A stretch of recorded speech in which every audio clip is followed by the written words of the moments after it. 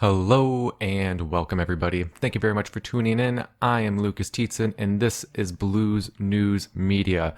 And if you've been following our work here at this channel at all, you know that this episode is going to be the fourth and final installment of us going over a now very notorious paper known as Scenarios for the Future of Technology and International Development.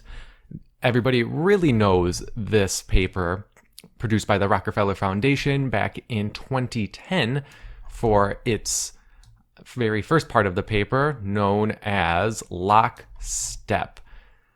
Those of you that don't know what Lockstep is, it predicted a very timely scenario in which there would be a global pandemic that just sweeps the nation. There would be authoritarian lockdowns with top-down control becoming even stronger, and then because of that, because of the consequences of that, there was going to be massive civil unrest.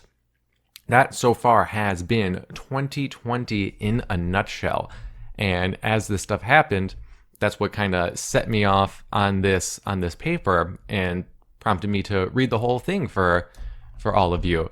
But then it was followed by Clever Together, and this predicted a world ravaged by climate change. And regardless of what you want to believe with climate change, this paper predicts that the nation state is going to be essentially dissolved. It's going to have very weak, limited power over its own future. And by extension, the citizens of those countries would have little control over their own future as well. And instead, it would give power and control over what they were calling, regional governances or global power structures that were going to, at first, be used towards tackling big issues like climate change. And then it mentioned how it would open up a whole new world of where there would be global coordinated efforts to tackle any and all problems,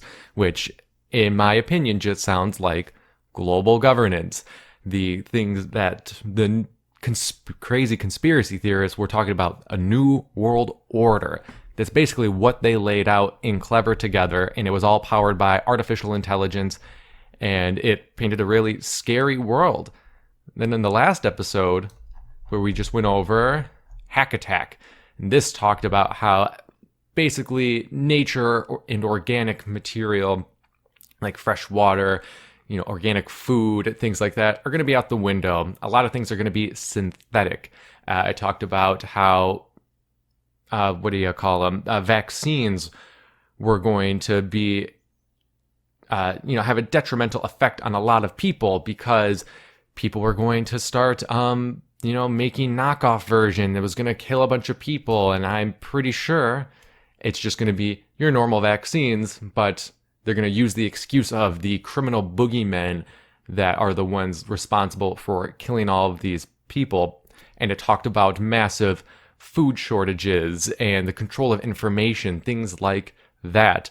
If you haven't watched this episode or read this section, I highly recommend that you do so. It painted an entirely bleak and scary world.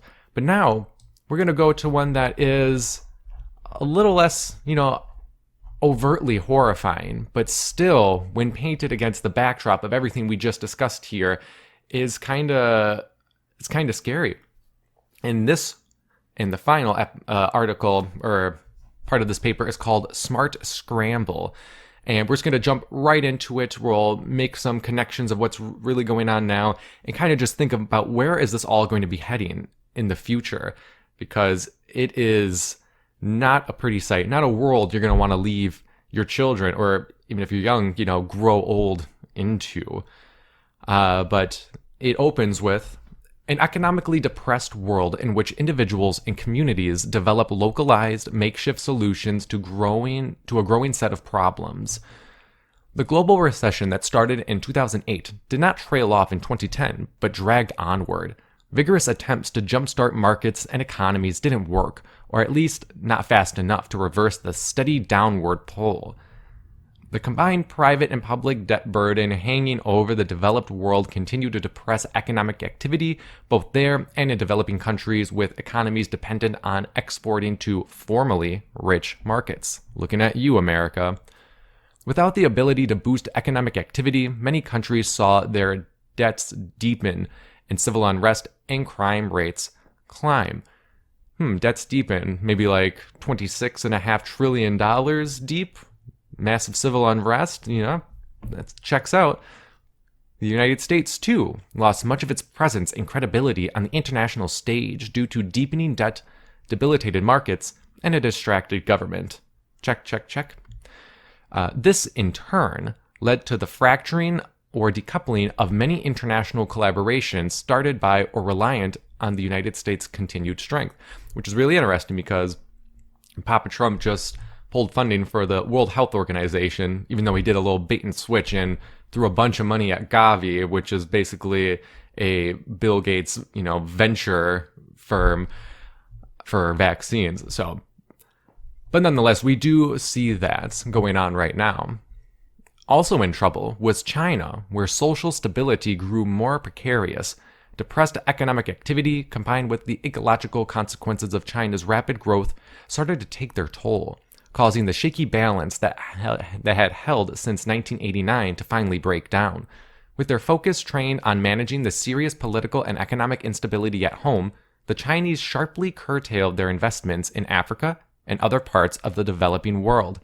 Indeed, nearly all foreign investment in Africa, as well as formal institutional flows of aid and other support for the poorest countries, was cut back except in the gravest humanitarian emergencies.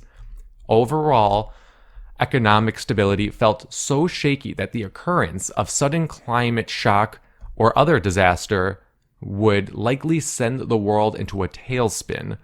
Luckily, those big shocks didn't occur, though there was a lingering concern that they could in the future. Not that anyone had time to think about the future. Present challenges were too pressing.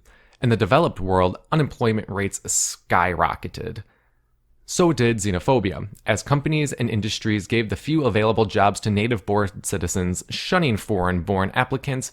Great numbers of immigrants who had resettled in the developed world suddenly found that the economic opportunities that had drawn them were now paltry, at best. By 2018, London had been drained of immigrants as they headed back to their home countries, taking their education and skills with them. Reverse migration left holes in the communities of departure, both socially and literally, as stores formerly owned by immigrants stood empty. And I'm going to say this might upset some of my more Republican listeners out there, but y'all got to stop hating on immigrants. I mean, they're just kind of like you. They're just people. If you're going to get mad at somebody just taking your job or something like that, maybe blame the powers that wish they were. Blame the power structure, not somebody that's just trying to scrape by like the rest of us. But this is interesting. I mean, they predicted a lot of things here, and a lot of them are coming to pass. But and it says here, in the developed world, unemployment rates skyrocketed. And we have that right now. If we look at this here, it says the latest from July 2019 to July 2020, some unemployment rates here. It kind of peaked almost 15%, so it says, in April.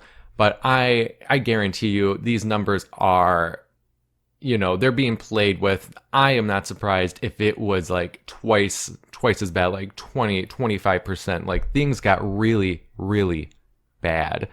And I can only imagine in the long game, things are going to continue to get worse. But there was one other point I wanted to make. I passed it up here when I was talking about China and their investments, especially in Africa. We see that going on right now. Anybody that has been following these stories, China has been giving vast amounts of money, big loans to African countries. I even pulled up a little one right here of some of the bigger loans that were given out. Now, these are interesting enough, being measured in, I think, was called Kenyan shillings. So like Angola got a loan of $4.28 trillion. That equates to, in American or United States dollars, about 36 billion, if I'm not mistaken. So nothing to sneeze at. But they are kind of practicing a different sort of colonialism, similar to what the United States is doing, where the US likes to do it by the barrel of a gun and take resources. China has adopted a different approach where they give out big loans. They give out big loans, especially for infrastructure, to African nations that are resource rich, but just don't have the infrastructure. But then these massive amount of loans, they can't possibly pay back, especially in a COVID-19 world where there is vast amounts of, economic depression now and even more on the way. And what does China get to do then?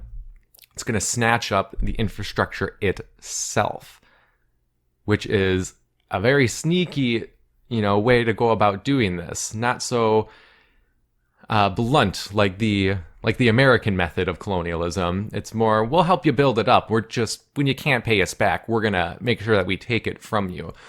This is a long article here that I would recommend everybody to go ahead and read. Of course, we'll have everything linked up in the show notes for you to go over as well. But this is a nice long one that kind of goes into China's method of loaning out to African nations just to take what they help build back.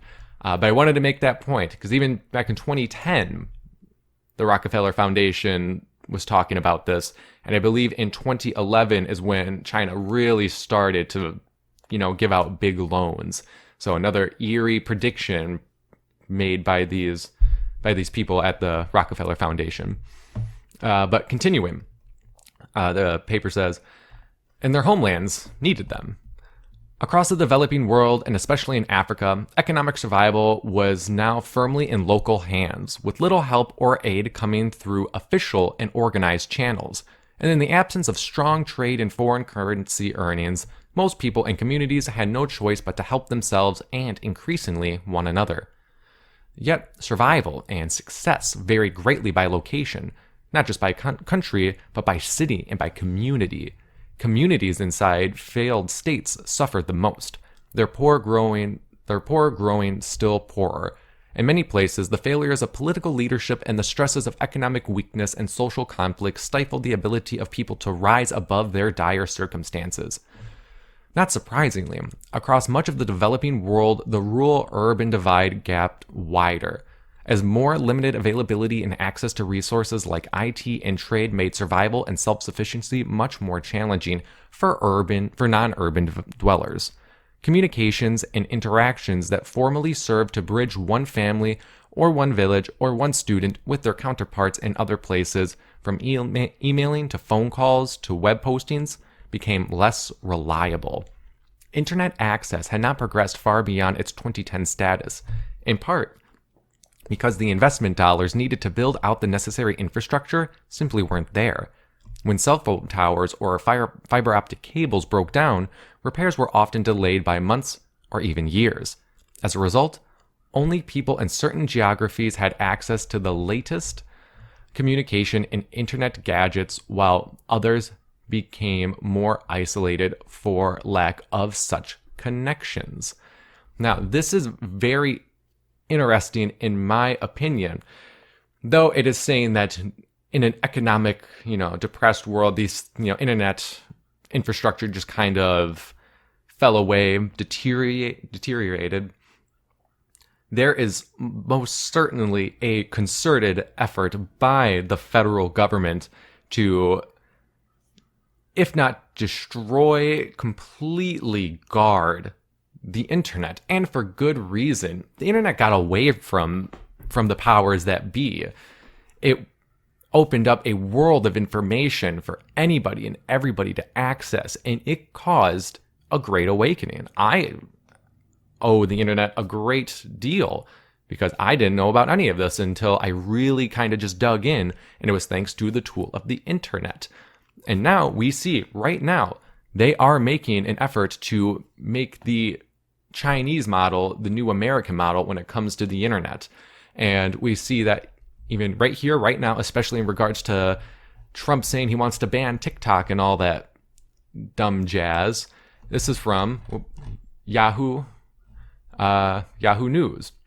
The article is called, "Is the U.S. About to Split the Internet?"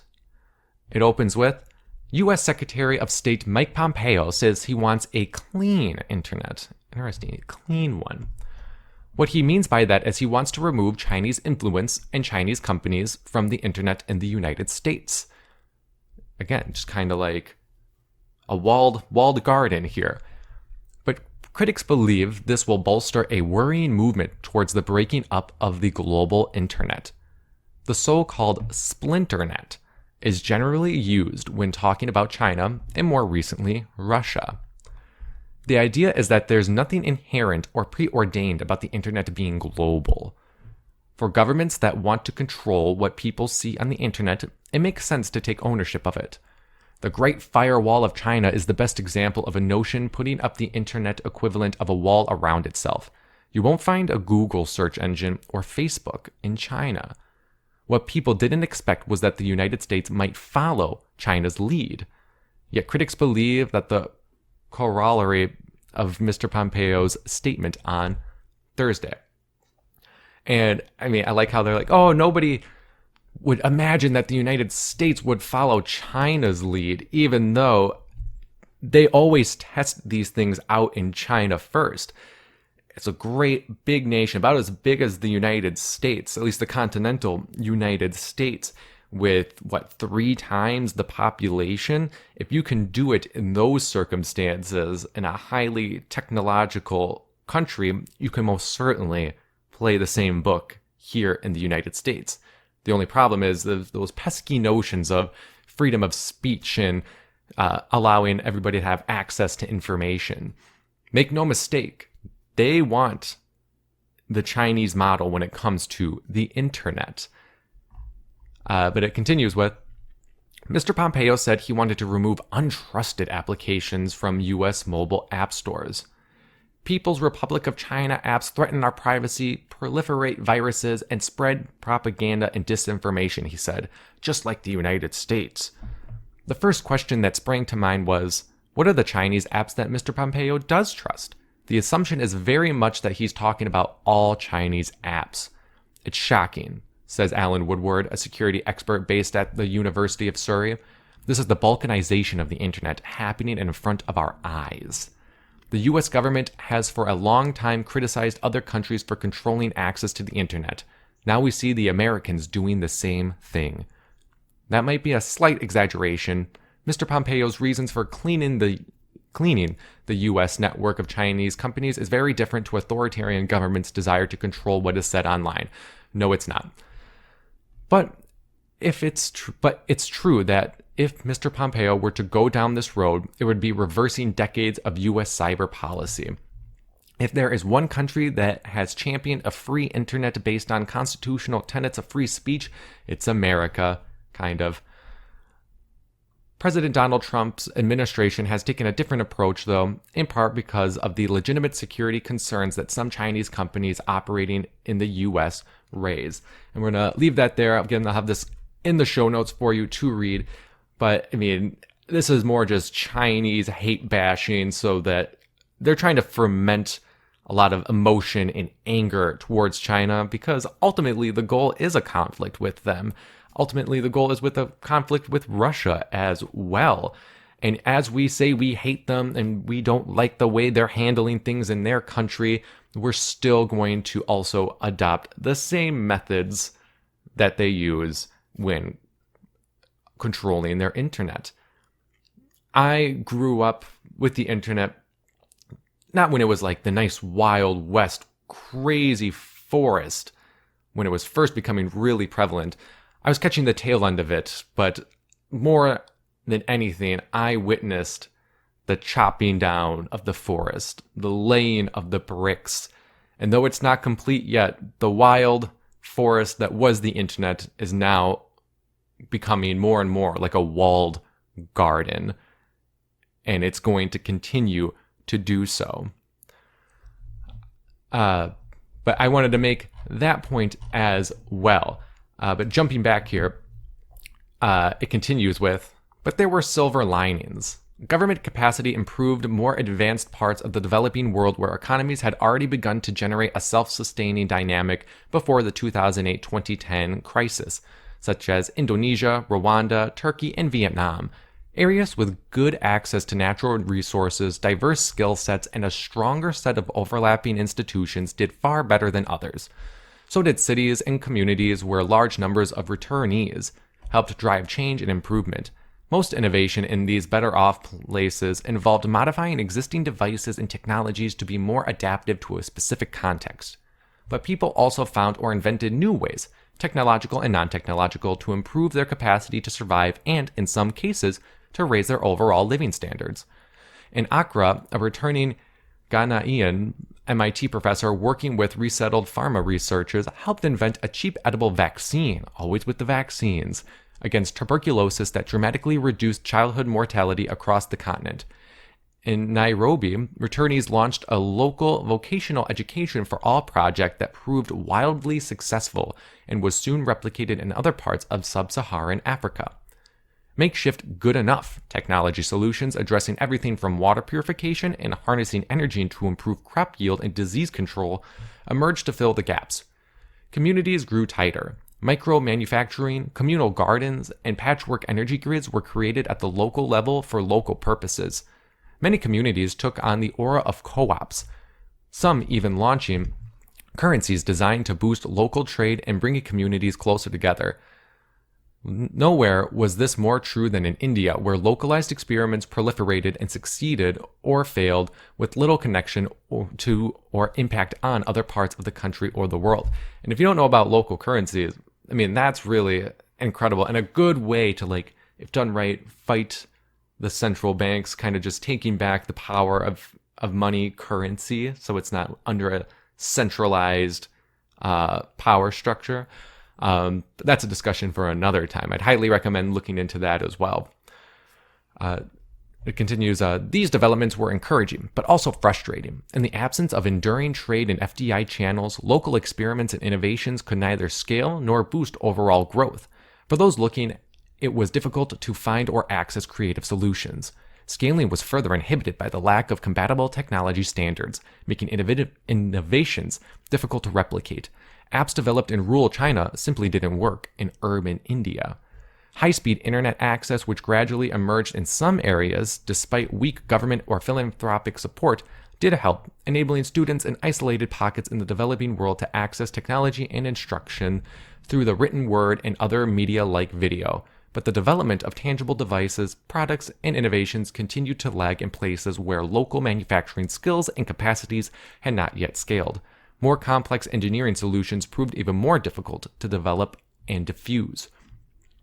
By 2025, collaboration was finally improving, with ecosystems of research and sharing, many of them virtual, beginning to emerge. Yet, without major progress in global economic integration and collaboration, many worried that good ideas would stay isolated and survival and success would remain a local, not a global or national phenomenon. So, I mean, they really paint a world of like, oh, all this great stuff, kind of, people are getting more local, they're creating more, becoming more independent, but really, with the backdrop of everything else that is happening in this world of pandemic, civil unrest, strong authoritarian control, global or regional power structures, all these things of economic, destruction. I like how in the very end they're like, but see, everything's going to be fine. Everything's going to be great. We're going to break you first, and then we will rebuild anew. At least that's what I gather from it. But I do support the local solutions. But let's see what the headlines are in this smart scramble. You have national medical labs in Southeast Asia herald new diagnostics for native diseases. Low-cost water purification device halves diarrhea deaths in India. That would be crazy. Chinese government pressured as protests spread to 250 cities. You still have that unrest. Returnee innovators struggle to expand sales beyond home markets. Famine haunts Ethiopia again. I mean, almost in every one of these, they have talked about the food shortage that is coming. VC spending with sub-Saharan Africa triples. And Maker Faire Ghana partners with Idol franchise to spotlight young innovators. Then we have the role of philanthropy in Smart Scramble. Philanthropic organizations look to fund at the grassroots level in order to reach people more quickly and solve short-term problems. The meta goal in this world is to scale up, to identify and build capacity from the individual through the institutional, because without global coordination, innovation cannot scale on its own. Philanthropy requires a keen screening capacity to identify highly localized solutions with specialized pockets of expertise that make partnerships more challenging and transitions between sectors and issues harder to achieve. Philanthropy or operations are decentralized. Headquarters are less important, and the ability to quickly access different parts of the world and reconfigure teams on short notice is key. Office space is rented by the day or week, not the month or year, because more people are in the field testing, evaluating, and reporting on a myriad of pilot projects. And then we have technology in Smart Scramble. And it says, economic and political instability fracture societies in the developed world, like the United States, like Europe. Resources for technology development diminish, and talented immigrants are forced to return to their countries of origin. As a result, capacity and knowledge are distributed more widely, allowing many small pockets of do-it-yourself innovation to emerge. Low-tech, good-enough solutions abound, cobbled together with whatever materials and designs can be found. However, the transfer of cutting-edge technology through the foreign direct investment is rare. Structural deficiencies in the broader innovation ecosystem, in accessing capital, markets, and a stable internet, and in the proliferation of local standards limits wider growth and development. Some of the technology trends we'll see. Energy technology improvements are geared more toward efficiency, getting more from existing sources of power than new generation technologies, though some local improvements in generating and distributing wind and geothermal energy do occur. Sounds good enough. Breakdowns in the global medicine supply chain accelerate the emergence of locally bioengineered super-strength homeopathic remedies, which replace antibiotics in the dispensaries of many developing world hospitals. Widespread micro-manufacturing using 3D printers enables the fabrication of replacement components for engines and machines, allowing perpetual maintenance to compensate for broken trade links. Garden allotments proliferate in megacities as new urban dwellers seek to supplement a scarce food supply and maintain their agricultural heritage. I'm sure we'll be seeing a lot of that, hopefully, in the future as the food supply chain breaks down even further. Technically advanced communities use mesh networks to ensure high-speed internet access, but most rural poor remain cut off from access. And then, to close this out, you have life in the Smart Scramble. And it says, the beat-up 6-seater plane in which Liddy was the lone passenger lurched suddenly. She groaned, grabbed the armrest, and held on as the plane dipped sharply before finally settling into a smooth flight path. Liddy hated small planes, but with very few commercial jets crisscrossing Africa these days, she didn't have much choice. Liddy, an Eritrean by birth, was a social entrepreneur on a mission that she deemed critical to the future of her home continent, and enduring these plane flights was an unfortunate but necessary sacrifice. Working together with a small team of technologists, Liddy's goal was to help the good ideas and innovations that were emerging across Africa to spread faster, or really spread at all. In this, Liddy had her work cut out for her. Accelerating and scaling the impact of local solutions developed for very local markets was far from easy, especially given the patchiness of internet access across Africa and the myopic perspective that has now, in 2025, a widespread phenomenon. She used to worry about how to scale good ideas from continent to continent. These days, she considered it a great success to extend them 20 miles, and the creative redundancy was shocking. Just last week in Mali, Liddy had spent time with a farmer whose co-op was developing a drought-resistant cassava. They were extremely proud of their efforts, and for good reason. Liddy didn't have the heart to tell them that while their work was indeed brilliant, it had already been done, several times in several different places. During her many flights, Liddy had spent hours looking out the window, gazing down on the villages and cities below. She wished there were an easier way to let innovators in those places know that they might not be inventing, but rather independently reinventing tools, goods, processes, and practices that were already in use. What Africa lacked wasn't great ideas and talent, both were abundant. The missing piece was finding a way to connect those dots. That's why she was back on this rickety plane again and heading to Tanzania. She and her team were now concentrating on promoting mesh networks across Africa so that places lacking internet access could share nodes, get connected, and maybe even share and scale their best innovations. Now, that does it though. I mean, in a world where there is such little internet access, it's up to the people, the person, the community to fix those problems. And though I do, on some level enjoy that, I agree with that, I don't like the rest of the world that they painted. Because, I mean, just think about it. All the things that we went over, widespread economic devastation, pandemics, civil unrest, food shortages. I mean, right now we're just living in chapter 1, Lockstep. But what happens when we start to see the dissolving of nation states? What happens when we start to see the widespread, carnage that vaccines could cause, but it's caused by criminals, not the pharmaceutical criminals, your average everyday criminals. Those are the real problem. It is a horrifying picture that has been laid out for us. And unfortunately, I can see all of this coming to pass. But that is why it is up to you and me to do something about it. We are the ones that are going to make this difference. We are the ones that can try and subvert this dystopian future that has been painted for everybody. And I just want to let everybody know, everybody watching this, you are not alone.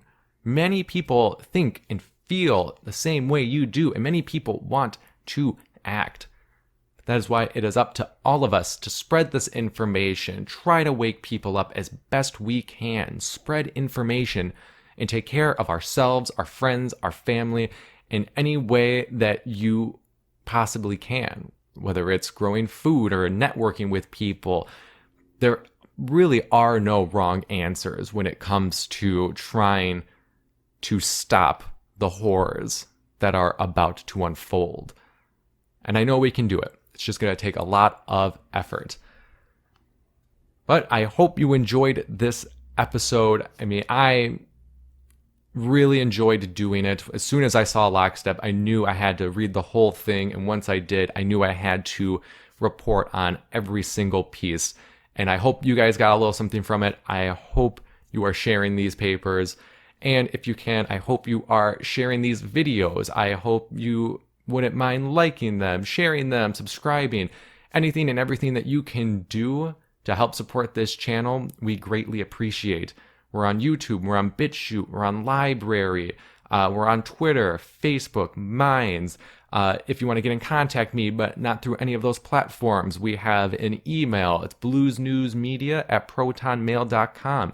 Please feel free to email me news articles, suggestions for episodes. Maybe I got something wrong and I need to be corrected. Maybe you found another paper that really needs to be reported on, that needs to be shared. I am always open to hearing any of it. So please don't be a stranger and reach out. But that is going to do it for today. I hope you enjoyed this episode. I certainly enjoyed doing it. I am Lucas Tietzen of Blues News Media, And if you do take one thing away from this episode and all of the rest, hopefully it is this: ignorance isn't bliss.